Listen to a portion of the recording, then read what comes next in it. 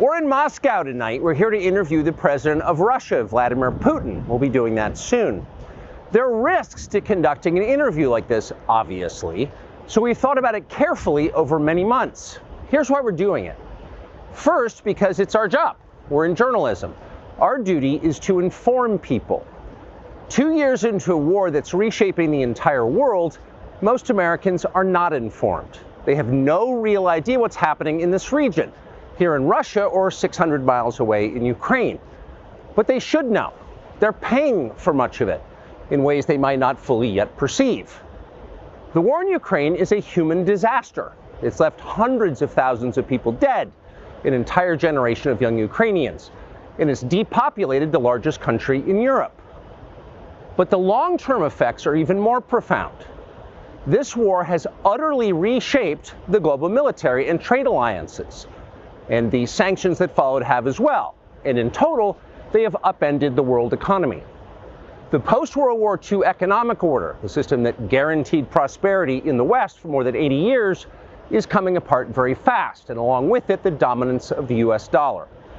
These are not small changes. They are history-altering developments. They will define the lives of our grandchildren.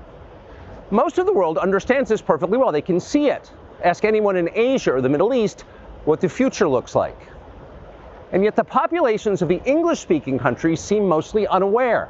They think that as nothing has really changed. And they think that because no one has told them the truth. Their media outlets are corrupt. They lie to their readers and viewers. And they do that mostly by omission. For example, since the day the war in Ukraine began, American media outlets have spoken to scores of people from Ukraine, and they have done scores of interviews with Ukrainian President Zelensky. We ourselves have put in a request for an interview with Zelensky, and we hope he accepts. But the interviews he's already done in the United States are not traditional interviews. They are fawning pep sessions specifically designed to amplify Zelensky's demand that the U.S. enter more deeply into a war in Eastern Europe and pay for it.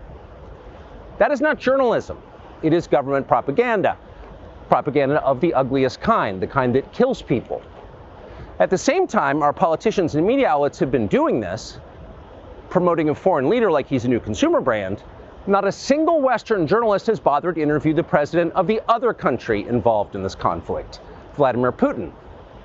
Most Americans have no idea why Putin invaded Ukraine or what his goals are now. They've never heard his voice. That's wrong.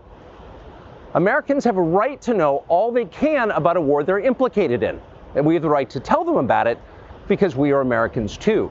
Freedom of speech is our birthright. We were born with the right to say what we believe. That right cannot be taken away no matter who is in the White House.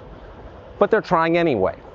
Almost 3 years ago, the Biden administration illegally spied on our text messages and then leaked the contents to their servants in the news media. They did this in order to stop a Putin interview that we were planning. Last month, we're pretty certain they did exactly the same thing once again. But this time, we came to Moscow anyway. We are not here because we love Vladimir Putin. We are here because we love the United States, and we want it to remain prosperous and free. We paid for this trip ourselves. We took no money from any government or group, nor are we charging people to see the interview. It is not behind a paywall.